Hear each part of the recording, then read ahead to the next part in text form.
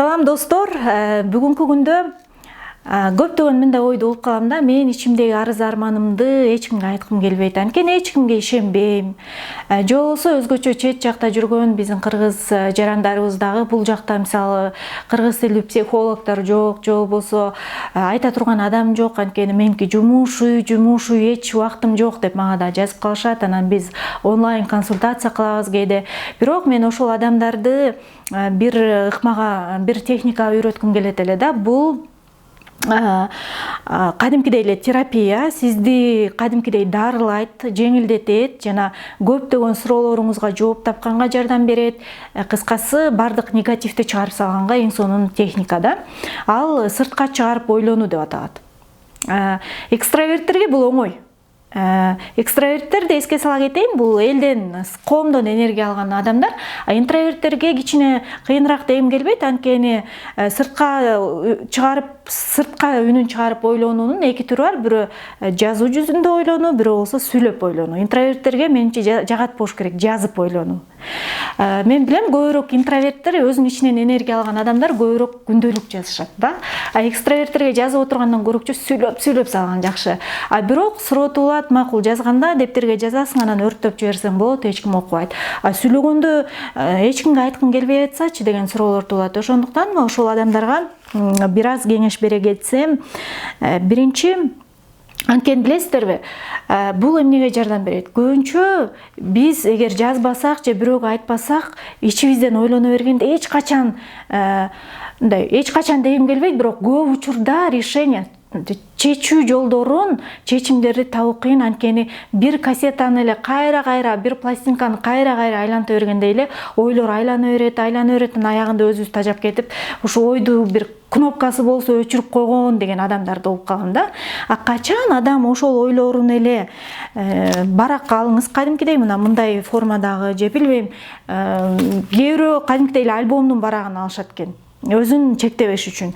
Анан калем алып туруп эле туура жазыш керек, үтүр точка коюш керек деген кереги жок.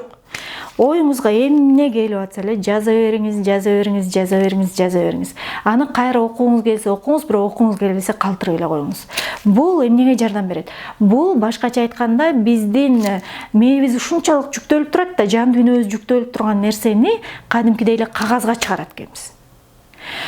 Анан сизге кадимкидей жеңилдик алып келет да. Таң калыштуусу, ошол кагазды катып коюп туруп, бир нече убакыт өткөндөн кайра окусаңыз аябай күлкүңүз келет да. Анткени койчу-ай, мен ушуга ушунча кейидим беле, ушуга ушунча сарсанаа болдум беле деген көз караш менен, күлкү менен окуйсуз. Учурда сизге ушунчалык чоң көйгөй болуп аткан нерсени.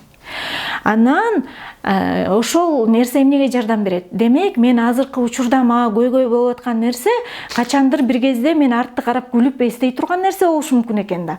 Мен демек азыр анча деле кайгырыштын кереги жок. Бул нерсени кичинекей комурсканы пил кылып алыштын кереги жок деп өзүңүз менен иштешүүгө жакшы жардам берет да. Андан кийинкиси жана экстраверттерге айткан нерсе, эгер сиз бирөөгө айткыңыз келбесе, анда кадимки эле телефондо азыр Кудайга шүгүр диктофон деген нерсе бар да. Ошо диктофонду иштетиңиз дагы, ошого айтыңыз. Ушунча үнүңүздү диктофонду билбейм элестетип алыңыз, психолог катары айтор, же бир жакын досуңуз, же апаңыз, кимге ачыла турган болсоңуз ошол адам катары элестетип алыңыз дагы. Сүйлөңүз. Билесизби, сүйлөп жатканда эң жакшысы биз өзүбүздү угабыз. Анан угуп атып эле биз өзүбүздөн өзүбүз ачылыштарды ала баштайбыз. Угуп атып эле биздин көйгөйгө чыгуу жолдорун таба баштайбыз. Угуп атып эле биз өзүбүздөн күтпөгөн нерселерди чыгарып коебуз да. Байкадыңыз беле, сизге бирөө бир нерсе бөлүшүп атып эле, мурун эмнеге ушу оюма келген эмес? Мурун эле ушундай кылбайт белем? Карачы-ай деп таң калган адамдар көп эле болот. Анткени эмнеге мурун андай кылган эмес? Анткени алар муну сыртка чыгарып ойлонгон эмес. Сыртка чыгарып бирөө менен бөлүшкөн эмес.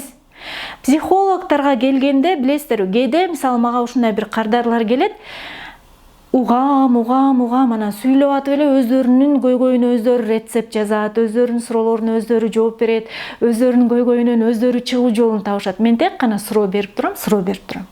Демек, сиз унутпаңыз, Сиздин көйгөйгө чыгуу жолу сиздин ичиңизде катылган. Сиз өзүңүздүн жашооңуздун эксперти, 100% өзүңүздү билген эксперт сизсиз. Ошондуктан дайыма билиңиз, менин ичимде чыгуу жолу бар. Менин жашоомдо эч качан туңгуюктар болбойт.